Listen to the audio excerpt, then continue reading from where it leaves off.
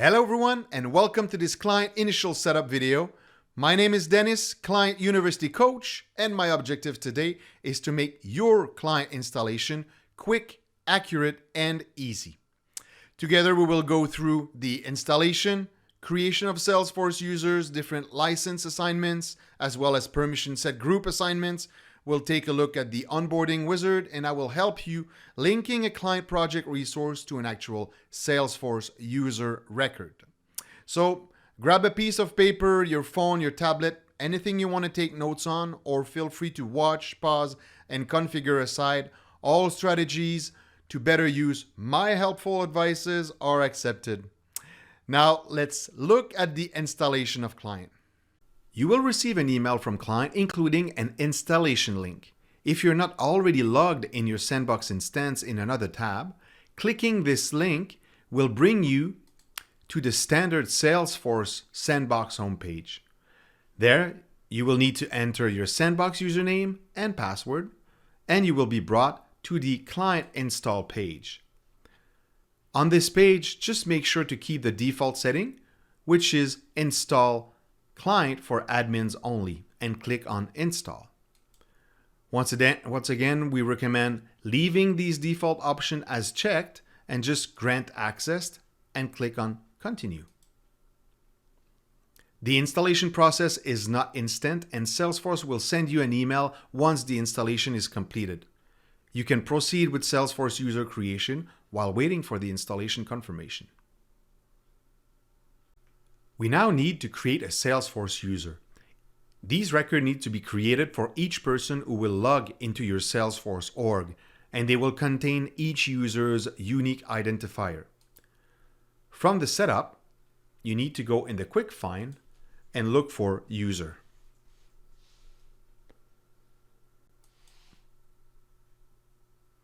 It is possible to create new user in mass, but I'm going to show you how to create one user. On this page, we need to provide details for the new user. First, by entering the first name, then last name, which will create the alias automatically. Then enter the email address. This will automatically provide you the username and the nickname.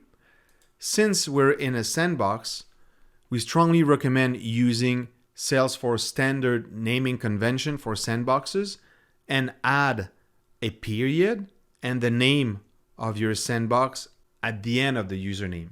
In this case, I will keep the roxannegreen@client.com as the email, but the username, I'm gonna add the period sandbox1 because each username has to be unique across all Salesforce orgs. The role field is mandatory but could remain unspecified if it's not something you're using currently. We now need to assign a user license to the new user. Chances are you will assign a Salesforce platform license for your client user. Just keep in mind that the Salesforce user license will mainly be used for Salesforce admins or for users requiring access to opportunities or cases. So in this case, we will select Salesforce platform. You will then need to assign a profile to the user and select from the list of available profile.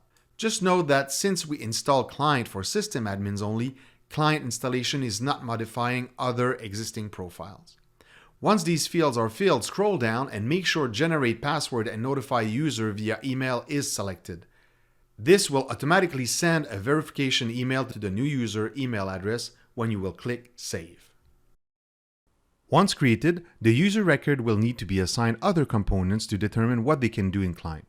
If you're installing client in production, the first thing to consider is assigning a client license to the user. Client is a managed package, and in order to see its component, objects, and pages in Salesforce, a user will need to be assigned a client package license. Again, this step is not required if you're installing in a sandbox.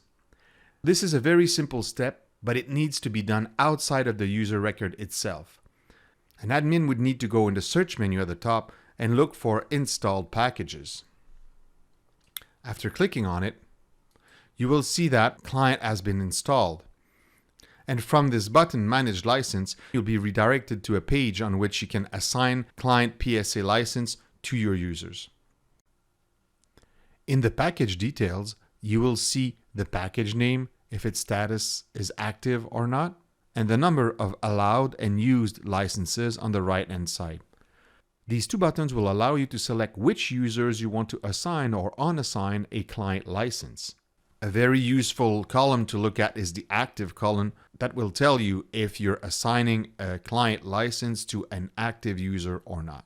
Now that we've assigned a client package license, which is once again a mandatory step only for production orgs, let's decide our users' access and rights on client-related features using the permission set groups. Out of the box, Client comes with a variety of permission sets, each one giving access to various tools and functions, and these permission sets are bundled into different permission set groups created according to different personas' access requirements.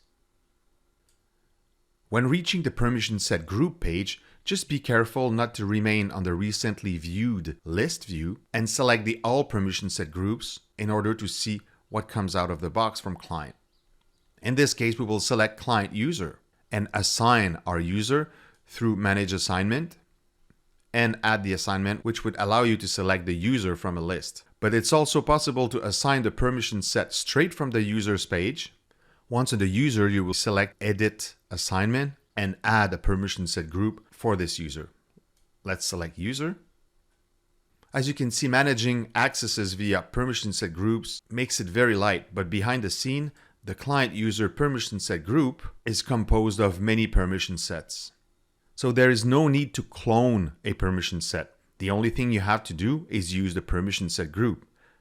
But if you feel the out-of-the-box permission set group are not a fit for your users, you will be able to create your own permission set group using Client out-of-the-box permission sets. The whole intent behind using permission set group is to uniformize user permission customization.